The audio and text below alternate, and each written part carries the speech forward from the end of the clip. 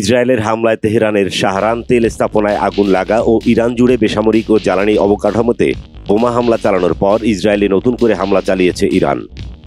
Haifa এবং Tel Aviv শহর সহ ইসরায়েল জুড়ে লক্ষ্যবস্তুতে ক্ষেপণাস্ত্র নিক্ষেপের ফলে কমপক্ষে 7 জন নিহত হয়েছে এবং শতাধিক আহত হয়েছে। রোববার কাতার ভিত্তিক আন্তর্জাতিক সংবাদ মাধ্যম আল জাজিরার প্রকাশিত এক প্রতিবেদনে এ তথ্য জানা গেছে।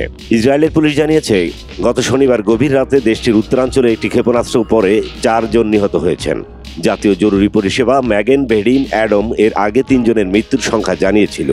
পুলিশ জানিয়েছে, সরাসরি আঘাতে অস্ত্র পড়ে 40 বছর বয়সী 2 নারী, 20 বছর বয়সী 1 নারী এবং 13 বছর বয়সী 1 কিশোরী নিহত হয়েছেন। তারা আরও জানিয়েছে, অনেক বাসিন্দা আহত হয়েছেন। জরুরি উদ্ধারকারীরা ধ্বংসস্তূপের নিচে আটকে পড়াদের খুঁজতে ঘটনাস্থলে রয়েছেন।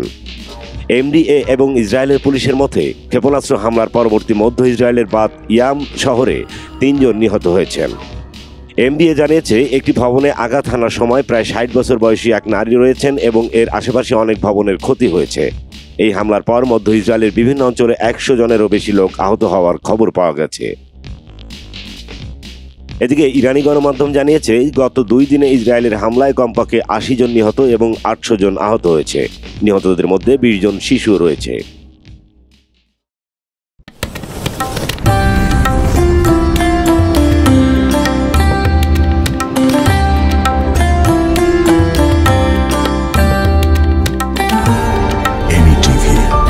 স্বাধীন বাংলার স্বাধীন কণ্ঠ।